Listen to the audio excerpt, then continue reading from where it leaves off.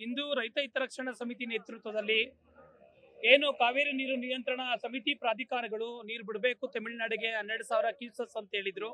ಆ ಆದೇಶದ ವಿರುದ್ಧ ನಾವು ಇಂದು ಸಾಮೂಹಿಕವಾಗಿ ರಸ್ತೆ ತಡೆಯನ್ನ ಮಾಡಿ ರಾಜ್ಯ ಸರ್ಕಾರಕ್ಕೆ ಎಚ್ಚರಿಸುವಂತ ಕೆಲಸವನ್ನ ರೈತ ಹಿತರಕ್ಷಣಾ ಸಮಿತಿ ಮಾಡ್ತಾ ಇದೆ. ಇದ್ರ ಜೊತೆಗೆ ನಾಳೆ ಕರ್ನಾಟಕ ಬಂದ್ಗೆ ಸಂಪೂರ್ಣವಾದ ಬೆಂಬಲವನ್ನ ವ್ಯಕ್ತಪಡಿಸಿ ರಾಜ್ಯ ಸರ್ಕಾರ ಇಂದು ನಡೀತಾ ಇರುವಂತ ಸರ್ವಪಕ್ಷದ ಸಭೆಯಲ್ಲಿ ಬಹಳ ಮಹತ್ವವಾದ ಸಭೆಯನ್ನ ತೀರ್ಮಾನ ತೆಗೆದುಕೊಳ್ಬೇಕಾಗಿದೆ. ನಿಮ್ಮ ತೀರ್ಮಾನದಲ್ಲಿ 7 ಕೋಟಿ ಜನರ ಸಂಖ್ಯೆ ಭವಿಷ್ಯ ಅಡಗಿದೆ. ರಾಜ್ಯದ ಮುಖ್ಯಮಂತ್ರಿಗಳೇ, ತಾವು ಈ ಒಂದು ಸರ್ವಪಕ್ಷದ ಸಭೆಯಲ್ಲಿ ತಮಿಳುನಾಡಿಗೆ ಯಾವುದೇ ಕಾರಣಕ್ಕೂ ನೀರು ಬಿಡಬಾರ್ದು ಅನ್ನುವ ಆದೇಶದ ನಿಲುವೇ ನೀವು ತರಬೇಕು. ಇಲ್ಲ ಅಂತ ಹೇಳಿದ್ರೆ ಈ ಜಿಲ್ಲೆಗೆ ಯಾರು ಬಂದ್ರು ಬಿಡಲ್ಲ. ನಾವು ಹೋರಾಟಗಾರರು, ಹೋರಾಟದ ಜಿಲ್ಲೆ, ರೈತರು ನೀರಿಗೆ ನೆಮ್ಕೊಂಡಿರುವಂತವ್ರು, ಕಾವೇರಿ ನದಿ ಬಿಟ್ಟು ಬೇರೆ ಯಾವುದನ್ನು ಬೆಳೆದೇ ಇರುವಂತ ಸನ್ನಿವೇಶದಲ್ಲಿ ಇರುವಂತ ಈ ಸಂದರ್ಭಕ್ಕೆ ನೀವು ತಮಿಳುನಾಡಿಗೆ ನೀರು ಕೊಡದೆ ರಾಜ್ಯದ ಹಿತವನ್ನ ಬದ್ಧತೆಯನ್ನ ಕಾಪಾಡಬೇಕು ಅನ್ನುವಂತ ಆಗ್ರಹವನ್ನ ಮಾಡ್ತಾ ಇದ್ದೇವೆ. ನಾಳೆ ಬಂದು ಕಾವೇರಿ ನದಿ ನೀರಿಗೆ ನಡೀತಿರುವಂತ ಬಂದು ಸಂಪೂರ್ಣವಾಗಿ ಯಶಸ್ವಿ ಆಗುತ್ತೆ. ಯಾವುದೇ ಕಾರಣಕ್ಕೂ ನಾವು ಹಿಂದೆ ಸರಿಯುವಂತ ಜನ ಅಲ್ಲ. ಹಾಗಾಗಿ ಇಂತ ಮಹತ್ವವಾದಂತ ಆದೇಶವನ್ನ ರಾಜ್ಯ ಸರ್ಕಾರ ಹಿತವನ್ನ ಕಾಪಾಡಬೇಕು ಅಂತೇಳಿ ಆಗ್ರಹವನ್ನ ಮಾಡ್ತಾ ಇದ್ದೀವಿ.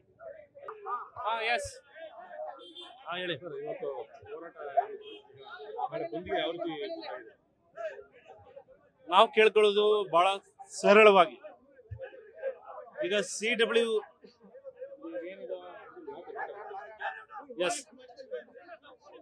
ಈಗ ಟೆಕ್ನಿಕಲಿ ಇವರು ರಿಪೋರ್ಟ್ ಕೊಟ್ಟಿದ್ದೀರಾ ಅಂತ ಹೇಳ್ತಾ ಇದ್ದೀರಾ. ನಾವ್ ಹೇಳ್ತಾ ಇದೀವಿ ಇದು ಟೆಕ್ನಿಕಲ್ ಇಶ್ಯೂ ಅಲ್ಲ, ಇದು ಪ್ರಕೃತಿಯ ನೈಸರ್ಗಿಕವಾದಂತಹ ಒಂದು ಸಣ್ಣ ಸಮಸ್ಯೆ ಇದೆ. ಇದು ಉದಾಹರಣೆ ನಿಮ್ಗೆ ಜುಲೈಯಲ್ಲಿ ಇಷ್ಟು TMC ಬಿಡಬೇಕು, ಅಕ್ಟೋಬರ್ ಅಲ್ಲಿ ಇಷ್ಟು ಬಿಡಬೇಕು, ಆಗಸ್ಟ್ ಅಲ್ಲಿ ಇಷ್ಟು ಬಿಡಬೇಕು ಅಂತ ನಾವು ಕಡಾಖಂಡಿತವಾಗಿ ಹೇಳಕ್ ಸಾಧ್ಯ ಇಲ್ಲ. ಅದು ಮಳೆ ಅನುಸಾರವಾಗಿ ನಮ್ಮ ಡ್ಯಾಮ್ ನಲ್ಲಿ ಎಷ್ಟು TMC ಅವೈಲಬಿಲಿಟಿ ಇದೆ ಅದ್ರ ಮೇಲೆ ನಾವು ನಮ್ಮ ಮುಂದಿನ ಭಾಗಕ್ಕೆ ಬಿಡಕ್ ಸಾಧ್ಯ.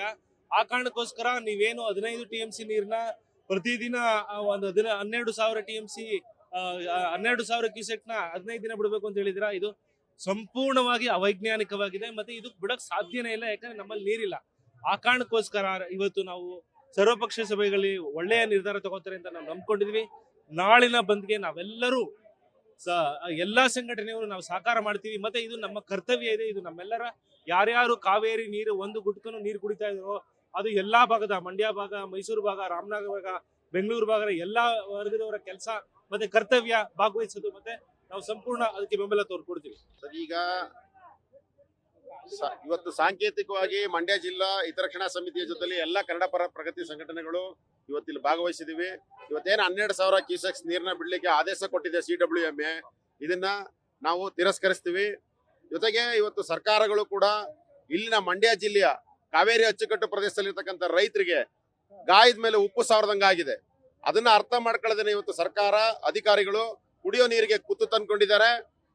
ರೈತರ ಬೆಳೆಗಳು ನಾಶ ಆಗ್ತಾ ಇದೆ, ಮತ್ತೆ ಅಂತರ್ಜಲ ಕುಸಿತಾ ಇದೆ.